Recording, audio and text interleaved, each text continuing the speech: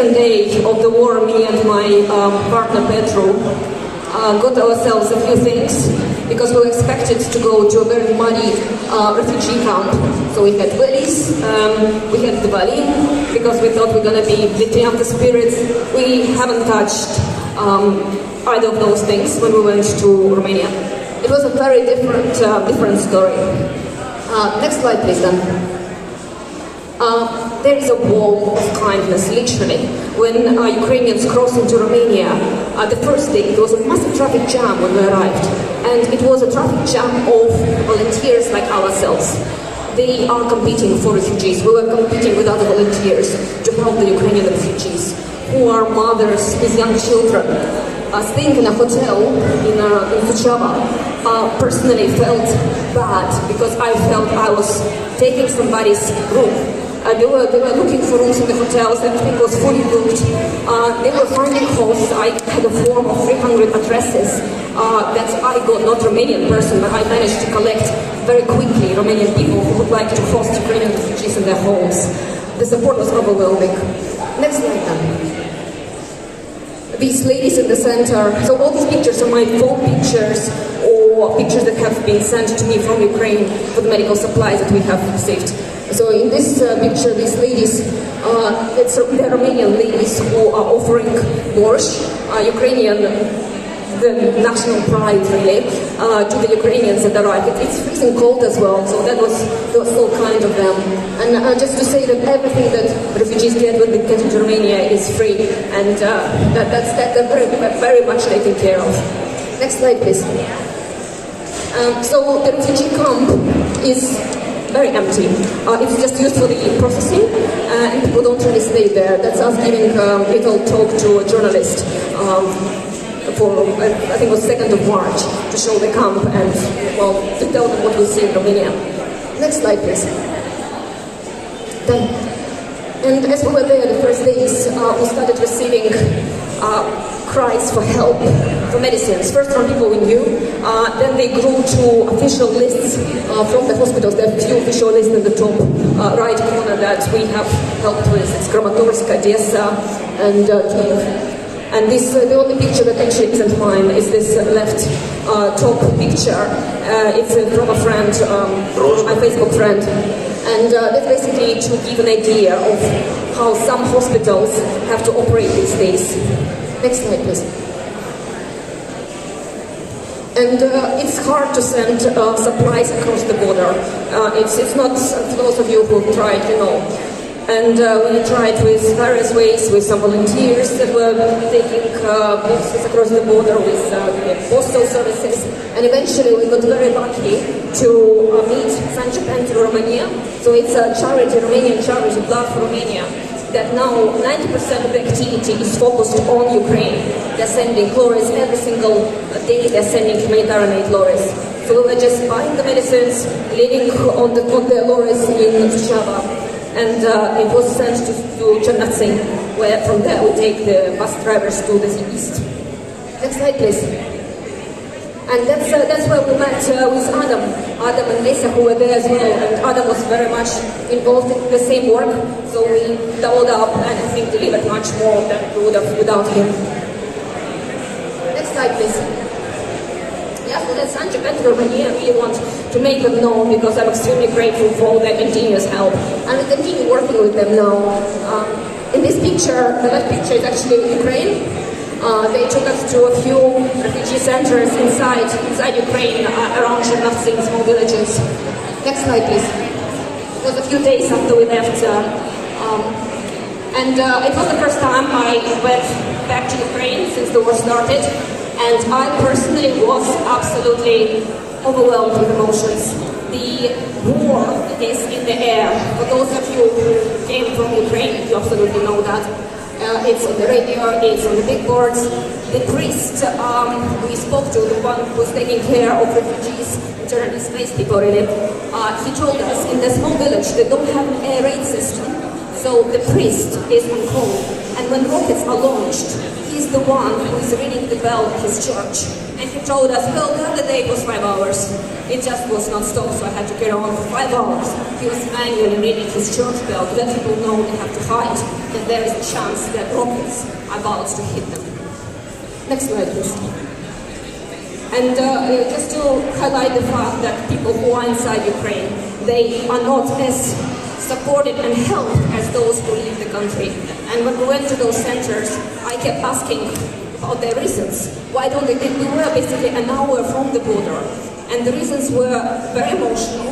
I cannot make this step, I cannot cross the border, I cannot go too far away from my home. Also, families wouldn't leave their husbands behind, because men cannot cross unless they're over 60 years old.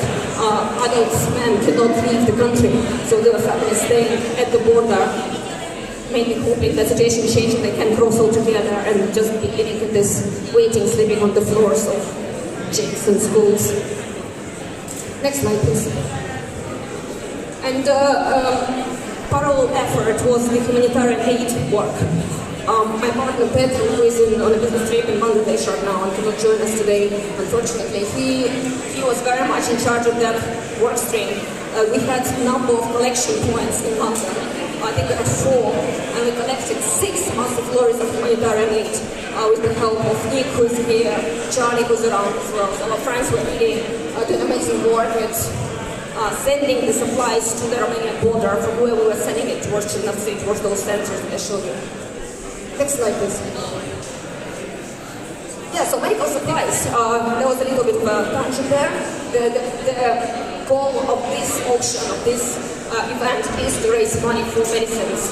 So that's basically the core of what we're doing right now. We're stopping humanitarian aid lorries because frankly it's too expensive.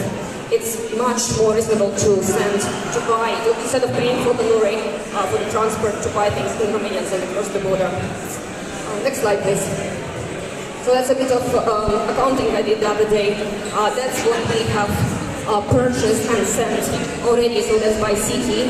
We have helped mainly people, that was our main beneficiary. And also the humanitarian aid lorry was a fair chunk of the help we offered. Next one, please. And the funds are largely crowdfunding. We have collected lots of money with crowdfunding, and we have some fundraising events, and I really hope that tonight it will be one of the drivers of this slide for the next presentation we're making. So do please support the art, do support this work. It's very good support. Yeah, so next slide please. And then just quickly to go through the main places where we deliver. So all these pictures have been sent from the places that receive the supplies. We do operate door to door, so we buy in Romania and we send directly to the hospitals that have requested it. So these are maternity hospitals in Dnipro, children hospitals in Dnipro, general Meshnikova hospital in Dnipro where they treat wounded people. Next one please. Tourniquets, medical tourniquets, for those of you who don't know, though, I guess among Ukrainians everybody knows what a medical tourniquet is now. That's basically a 10 pounds device, I don't know what they call it, a tactical medicine kit that can save life. If a soldier gets wounded and he has it in his pocket, he can stop bleeding and survive. These are extremely valuable. It's just 10 pounds per piece. They can go up to 30 pounds, but